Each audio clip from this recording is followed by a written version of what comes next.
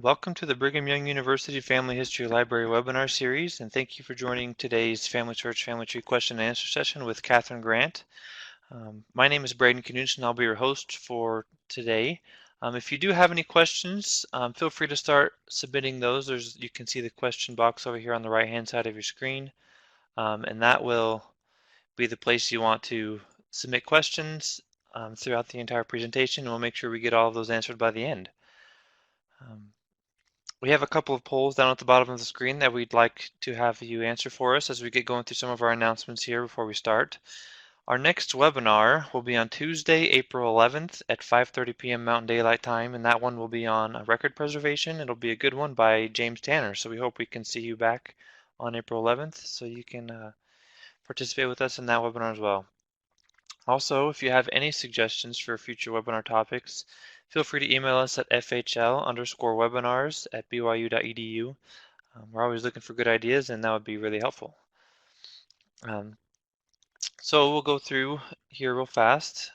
So today we will be having a question and answer session on the FamilySearch Family Tree with Kathryn Grant. And Kathryn started her family history and discovered a new passion.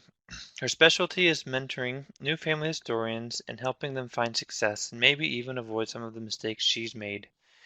Kathryn teaches family history classes at the BYU Family History Library and Riverton Family Search Library.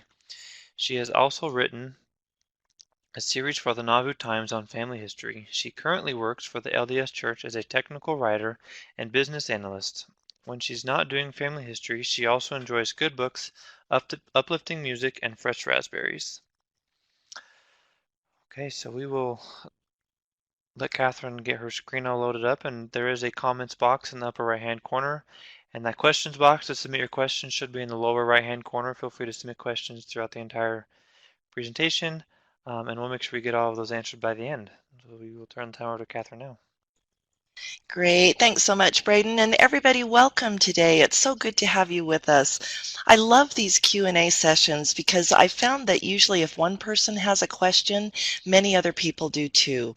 So we will go ahead and answer any questions that you submit, and we also did have a few that were submitted ahead of time. So I'm going to go ahead and start with those, but as we progress, Braden's going to let me know about any questions that you put in the chat box for this session.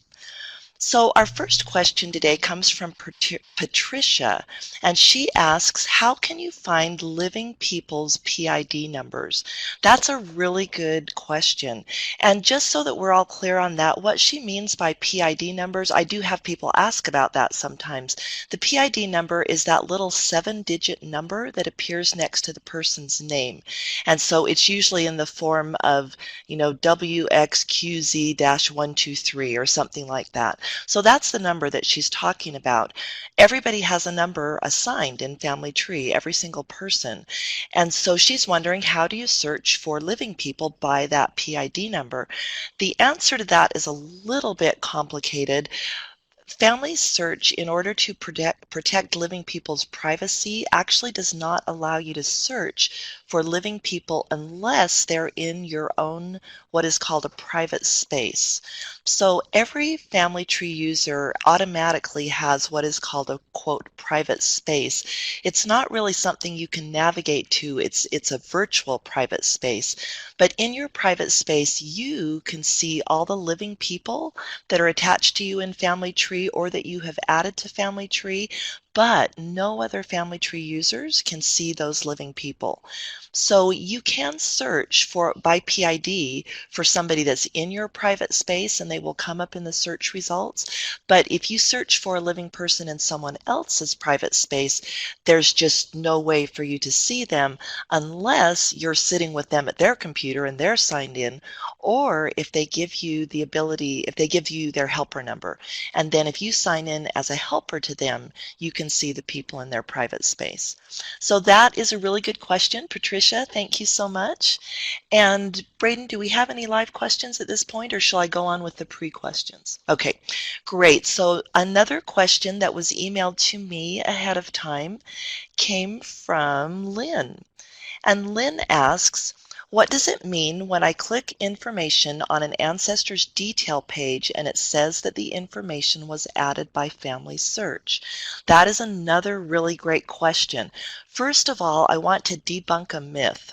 There was a myth going around some time ago that when you used a third-party application such as Ancestral Quest or Family Tree Maker, that it would somehow stamp that, if you synced your information, it would somehow stamp that as coming from Family Search. And of course, that got a lot of people riled up and they were complaining about third-party programs. But what's interesting is the third-party vendors said that that didn't happen from the information I read, and also nobody ever provided real proof. It was all supposition. So as far as I know, and according to the third-party vendors, this is true, they do not, when they sync information with Family Tree, they don't stamp it as coming from Family Search. So you don't have to worry about that. But you still will see records in Family Tree that say they were either created by Family Search or information was added by Family Search.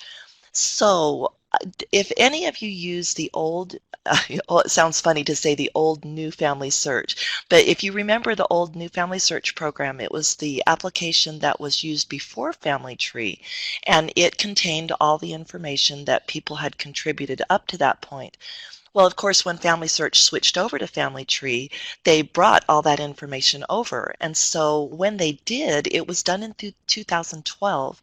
And so if you look in the changelog and you see a record that says it was created by Family Search in 2012, what that really means is that that came over from New Family Search in 2012.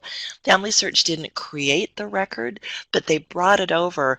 And because the usernames didn't work the same way in the old system, they didn't bring over the usernames when they just brought all the data over. They just stamped it as being from Family Tree. So unfortunately, there's no way that I know of to see who the contributor was in Family Tree. And of course, once you, or excuse me, in New Family Search, you can't tell who that contributor was. You can just see that Family Search brought the information over in 2012. So I hope that helps answer that question. There's one other situation when found that I'm aware of when Family Search would stamp information and make it look like they were the contributor, and that was for about 4 years, from 2012 to 2016. Family Tree was going, but on the back end, the ordinances, according to Ron Tanner, were still being handled through New Family Search. So even though we couldn't access New Family Search, we weren't getting in it, it was, shut down to users. On the back end, the ordinances were still running through New Family Search. So whenever, this is an example that you'll see probably still frequently that I see, is whenever an ordinance was done and the system, it went through New Family Search, and again, that's just on the back end, then it would add an alternate name for the person. So in the other information section of the person's record, you would see there that an alternate name had just been barely added by Family Search, but it would be the same as the person's real name in the vital information section, and the date it was added would be the date that some ordinances were done. So that was just a kind of leftover thing because on the back end they were still connected. As of summer 2016, that doesn't happen anymore. But if you do see alternate names that were added by Family Search and they're exactly the same as the name in the vital information section, that's why, and you can delete that alternate name because it doesn't add any value. It's just a duplicate that was caused by the system. So I hope that helps answer that question, and we will go ahead and go to another question that Lynn asks, and that is why and when does Family Search add people to the tree, and why do they not include the source that the information came from? That is another really good question, and it was partly answered by her first question. In other words, a lot of names that look like they were added from Family Search in 2012 really were just brought over from New Family Search. So it's stamped with Family Search as the contributor, but really somebody else added it into New Family Search. The other question is really good. There's also been for quite a while a myth going around that Family Search adds temple-ready names to Family Tree, and that is just simply not true. The names that are added to Family Tree come mostly from users. A lot of them come from the old extraction program, and so those, Family Search actually a while ago ran a script or an algorithm, whatever you'd want to call it, a script to add sources to those. So a lot of times with extracted records, you will see a source attached, but not always. And Lynn, I think the reason for that is that back when those extracted names were first put into Family Tree, or New Family Search actually, they didn't have the technology that would allow them to add the sources easily. And that's just been something they've been able to do since Family Tree started. So again, you'll find a lot of those with sources attached, but you will find some without sources attached. It occurs to me that I should probably explain what I mean by extracted records. Extracted records are the records that were, it's kind of, extraction was the old indexing program. So back in the old days before indexing, people would, volunteers, just like indexers, would look at microfilm and they would write down the information, and then that information was provided to Family Search, and they would make that searchable to people.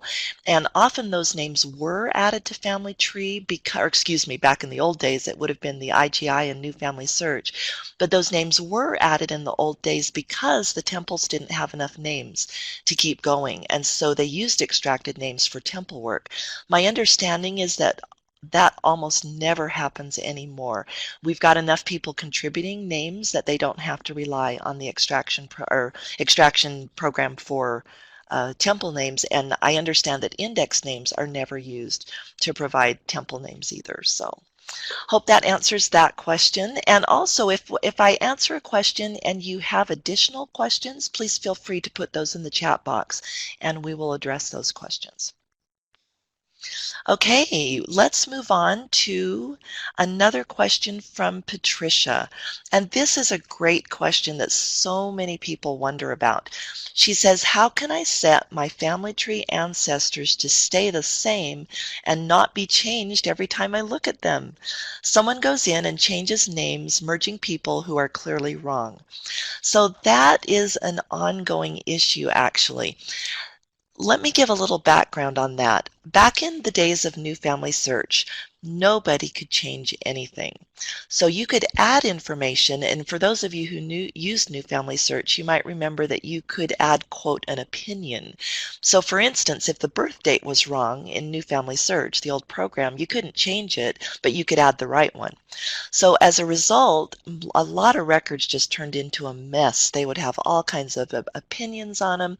And one of the biggest requests that Family Search got was, let me change the information. This is driving me crazy because there's bad information there and I can't get rid of it. So New Family Search was replaced by Family Tree. Family Tree is what they call an open edit system, which means that any registered user can change anything. So you can see that we kind of went from one extreme to the other, where nobody could change anything to everybody can change anything. Family Search, the leaders at Family Search thought long and hard about this, because I was in a meeting where they explained this, and they looked at all the advantages and disadvantages, and they finally came up with the conclusion that the best win-win scenario was to allow any user to change anything, but also to put a huge reliance on sources, and to also have things like standardization, and to allow a watch so that you can see if somebody's making changes that may not be correct to a record. So I agree. I think Family Search really did the only thing they could do, because otherwise, really our only option is to go back into the old system where no one can change anything, because how can Family Search monitor, thousands and thousands of users and all the changes they make and decide if each and every change is good? That's just not feasible. And so they opted really, it's kind of a Wikipedia model where the community is basically responsible for the quality of the information. So, to give some specifics on Patricia's question, how can I keep my ancestors from being changed? I've noticed in my work in Family Tree, there's three ways that seem to help the most. One is to provide really good reason statements whenever you either make a change, attach a source, or add information. I have to laugh. Last night, our stake had a family history lab, and I kid you not, one of the people I was helping brought up a name that was already in Family Tree, and the reason that somebody gave for the reason proving that they were married, and this is a direct quote, said they had kids. Okay, so that you might agree with me that that's probably not maybe the most explanatory reason statement proving that that couple was married. More what we were looking for in Family Tree is maybe a marriage record or a certificate or something like that. So put good reason statements on. Another one of my favorites that just doesn't really add any value is when somebody's doing a merge and it says, why are you merging these people? Somebody will put same person. Well, of course you think they're the same person because otherwise you wouldn't be merging them. So in the reason statement, you want to say why you think they're the same person. For instance, they have the same birth date, they have the same parents, they have the same spouse, they have the same children, things along that line. And so put a good reason statement in, and then when other users see that, they will notice, okay, there's a good reason why the person added this information, and I agree with that, so I'm not going to change it. And I myself have had that happen to me. I'll look on a record and I'll see something, I'll think to myself, that's not right, and then I'll dig into it a little further, and the person has good reason statements and good sources, and I realize that they were right and I was wrong. And so then I don't change the information. So do good reason statements. Really explain the reason why you're making those changes or adding that source or information. So, and that leads us to the next thing that really helps, and that is to add good sources. A good source is not Aunt Susie's family book or something like that in most cases. Some of them are very well researched, but some of them are a lot of family legend. And so you generally don't want to cite a source that is not reliable. The most reliable sources are going to be public records in most cases, such as government records and church records.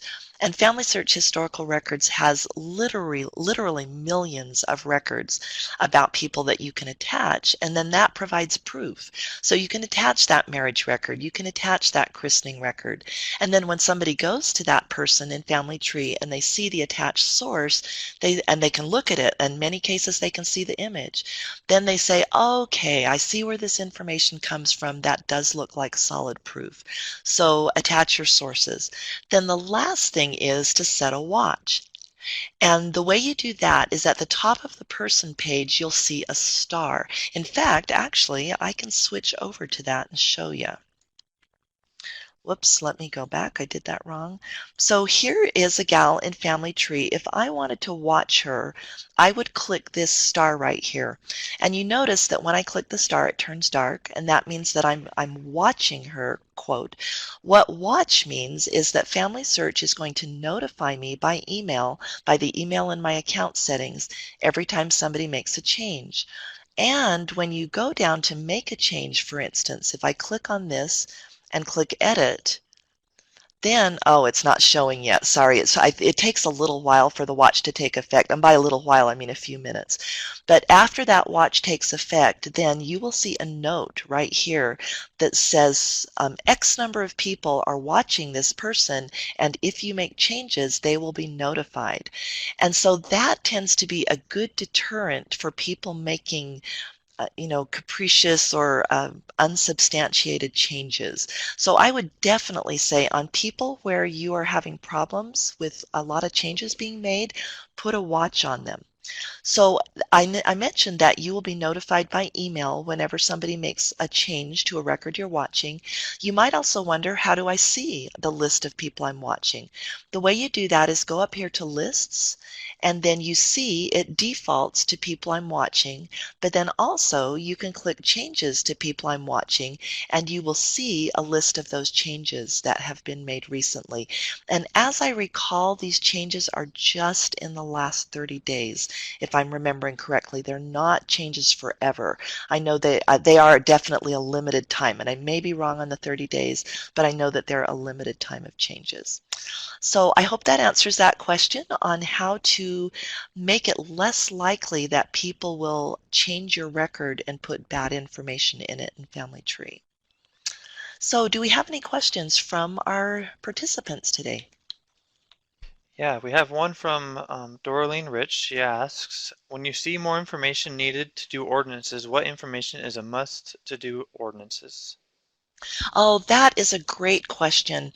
Normally, on that more information, and I can't bring it up right now for a couple of reasons. One is that Family Search is very, very careful about about recording ordinance information because these uh, on this webinar, I mean, because these webinars are open to the public. So I generally don't show the temple screens, but also I'd have to find one that had that message. But I've seen it before, so I know what you're talking about. And normally, if you either click the message or hover over it, it will tell you what they're looking for. For instance, it might say the birth date is not standardized, or it needs birth information, or something along those lines. If by chance it doesn't tell you that information, and I have had that happen too, where it doesn't really give me anything helpful to go on, the main thing, Family Search will generally require one of two things in order for a name to be available for ordinances, and that is that it either has to have some life event or it has to have some relationship. Because otherwise, if it's just a name floating out there with no life event or no relationship, then there's absolutely no way to see if there's a duplicate or really even to tell who that person is. Like one time I saw a name, it said Maria 1830, and I think it said Germany. That actually did have a birth, but if it was just like Maria, with no birth information, that is just not enough information to identify that person. So if it has the message, of course, resolve the issue in the message. But if it doesn't have a message, make sure it has at least one life event, preferably a birthplace and birth date, and at least one relationship, either a spouse or children, something that would help identify that person more than just their name. Great question. Okay, let's move. Oh, yes, another question. So she also asks, what is the best way to remove spouses that have been attached incorrectly, and what happens to the children and ordinances? Oh, that is another super question. Let me answer the first one, or the last one first, because that's short and easy and I can't demo it. So that question was, what happens to the ordinances that were done to the incorrect parents? The Temple Ordinance database, I've heard from the leaders at Family Search, is kept separate from Family Tree. So when you make changes to Family Tree, that's not going to affect the ordinances. So that ordinance will remain as done in the ordinance database. But the thing is, we know that what's sealed on earth, sealed in heaven, right? That invalid ordinances are not going to be valid in heaven. So the fact that it was done is just simply a human mistake, and it won't force that child to be sealed to the wrong parents. So then coming back to Family Tree, what you will see is that the ordinance will become available to the right parents as soon as you attach them. So that leads us to the other question, which is, how do you unattach those incorrect parents? So let's go here just as an example. As it happens, Felicia's parents aren't incorrect, but I'll just show you how we can detach them as an example, and I just won't actually go through with it all the way. So just suppose that her parents were incorrect and I needed to detach her. I would click this pencil icon right here. When I do that, I get a screen that lists her parents. If only one of the parents was incorrect, I would click Remove or Replace next to that parent. But if both of them are incorrect, it's actually faster to click the link next to the child. So let's assume that both parents are incorrect here, and so I'm going to click Remove or Replace. That brings me up this screen that shows me the relationship so that I can be sure of what I'm doing. Then I've got my choice. I can either remove the parents and just disconnect her and she would be alone in Family Tree, which in some cases is the right thing to do if you know she's connected to the wrong parents and you don't know the right ones. But in most cases, hopefully, you're going to know the parents and you'll be able to replace them. So then you choose replace. So whichever one you, first of all, the reason that these are grayed out is because you do have to certify that you have reviewed the relationship sources and notes for these individuals because referencing back Lynn's earlier question, we don't want people just making random changes and disconnecting people that really should stay connected to those parents. So before you do any disconnection, you want to carefully review the relationship sources, notes, really the whole person page, and just make sure that you really do need to disconnect this child from the parents. Then, if you want to remove the parents, you click Remove and put a reason for the change. And again, you don't want to just put something like wrong parents because of course, that's why you're disconnecting them is because you believe they're the wrong parents. But instead, I could give you a reason that we also ran into in our Family Search lab last night at my stake, which was that the father and mother were started having children when they were 4 and 5. And that just sort of doesn't work. And so the person who disconnected the parents put in a reason, something like, this child clearly cannot be the child of these parents because this child was born when the mother and father were 4 and 5. So some reason like that helps explain why you're making that change. So I'm going to cancel this again because I don't really want to remove these parents. But if you wanted to, if you were removing parents, of course, you'd click Remove. And then that person would be disconnected from those parents. If I wanted to replace the parents, instead, I would come here and I would click Replace. What that does is allow you to look for the existing parents in Family Tree. And so you just complete the information in here and click Next to find the parents, and then you would attach them. Or if you know the ID number, you can click here and you can enter the ID number here, and then it will bring up those parents in Family Tree, and you just click Attach to that child. So I hope that helps answer that question. And again, I will back out of here because we really don't want to delete her parents. And here's another little trick that often puzzles people. Once this flyout is up, if you get in here and you decide, oh, I don't want to remove or replace the parents, then how do you get rid of this box? There's no close icon or anything. Well, the trick is simple, if not exactly intuitive, and that is that you just click any place outside the box and it closes it. Okay, let's move on to another question here. These are all such really great questions. So another question that I actually got from multiple people is how can you search most effectively in FamilySearch historical records? Let's go over to FamilySearch historical records. So to do that, you would click on Search at the top of this tree, and here's something, or the top of the menu, I mean. Here's something interesting. If you just click Search, or if you click any of these menu options here, it's exactly the same as clicking the first option on the drop-down.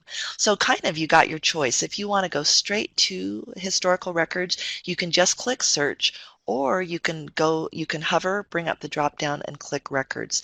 Either of them will work the same way. So one particular question that people ask is, how can I get the best results? And sometimes people will answer with something that's a bit of an oversimplification.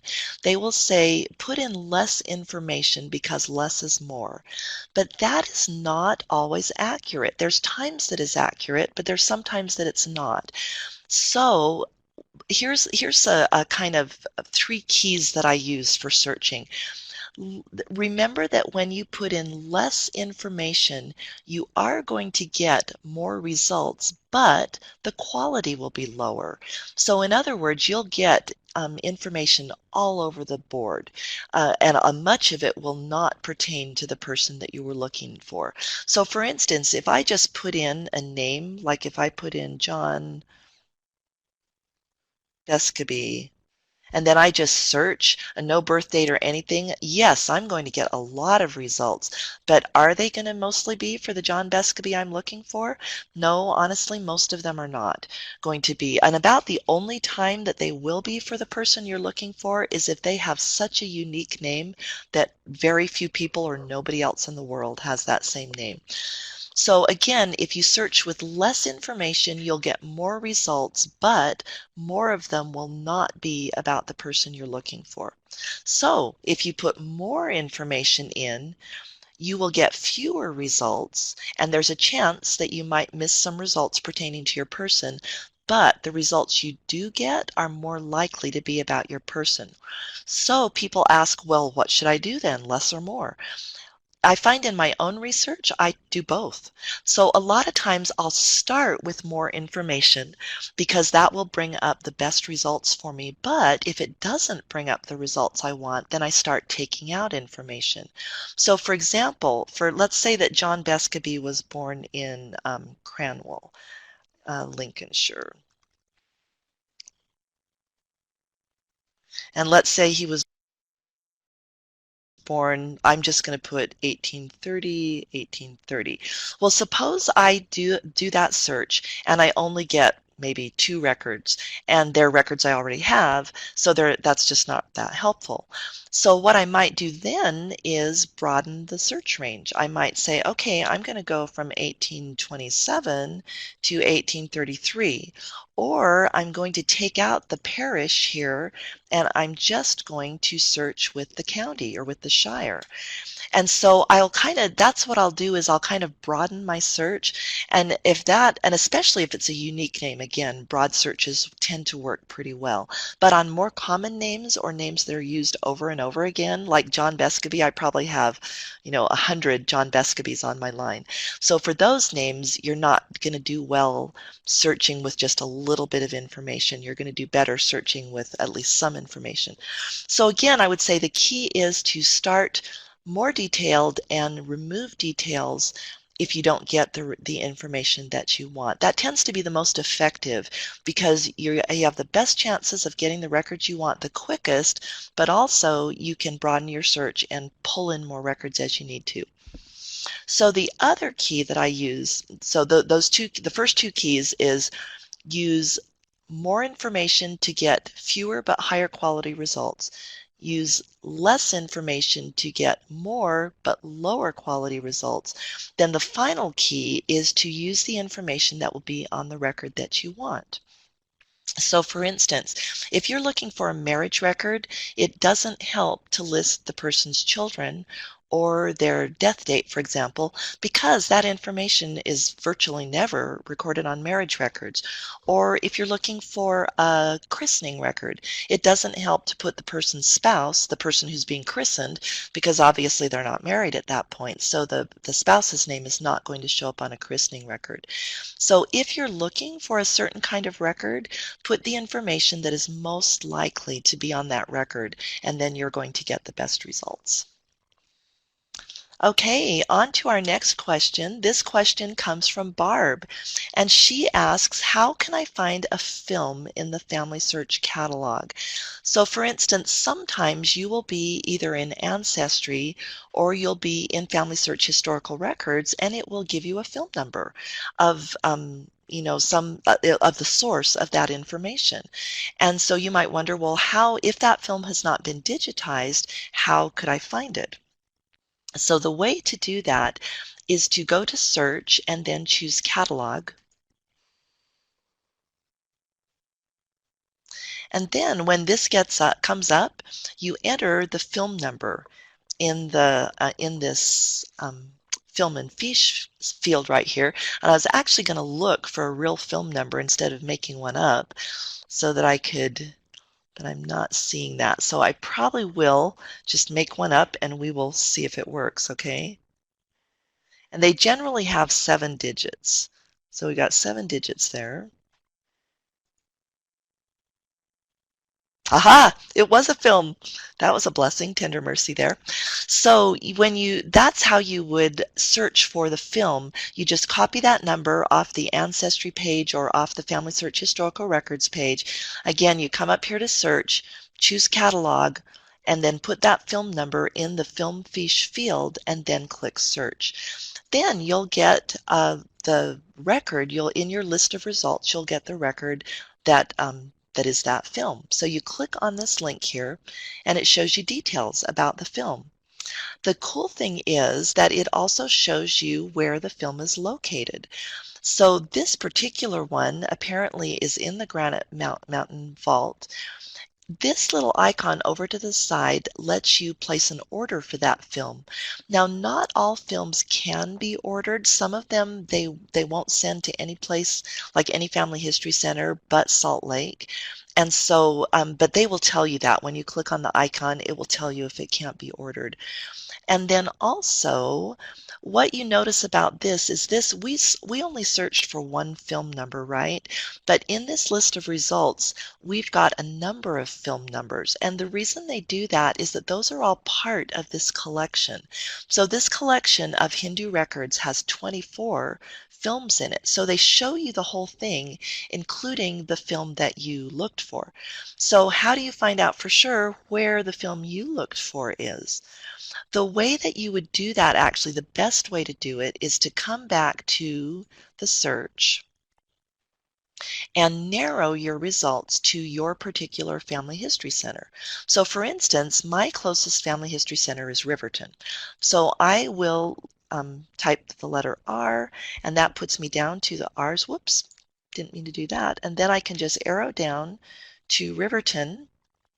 And then I'm going to hit enter, and that says, okay, show me if this film is at the Riverton Family Search Center.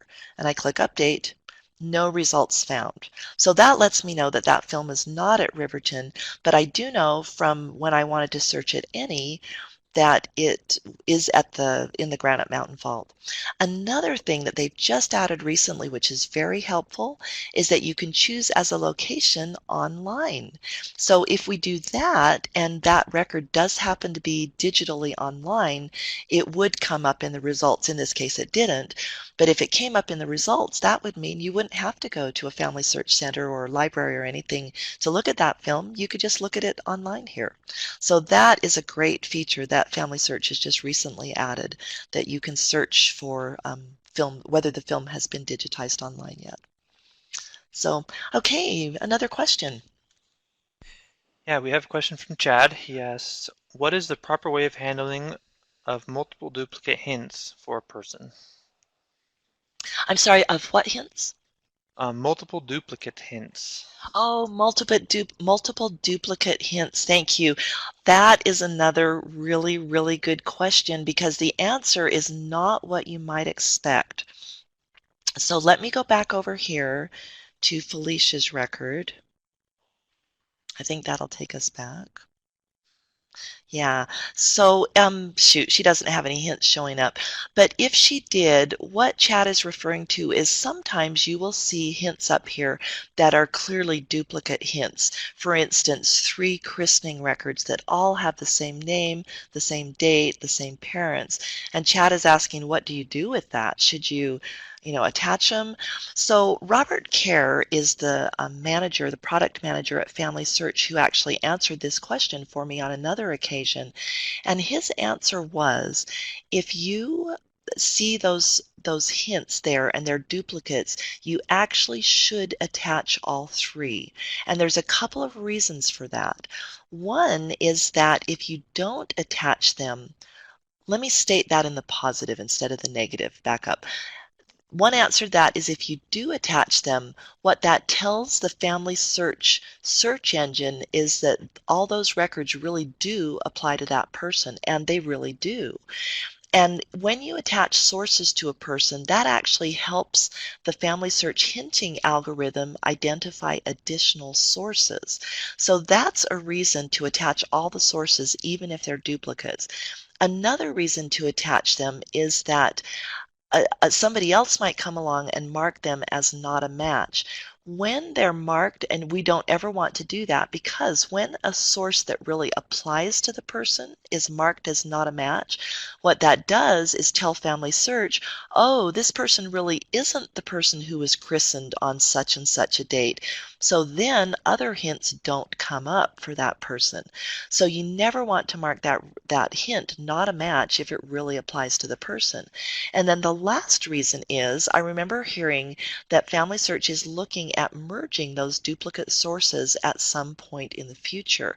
So if you were to mark them as not a match, then they wouldn't be, I would be guessing that the system would not end up merging those sources.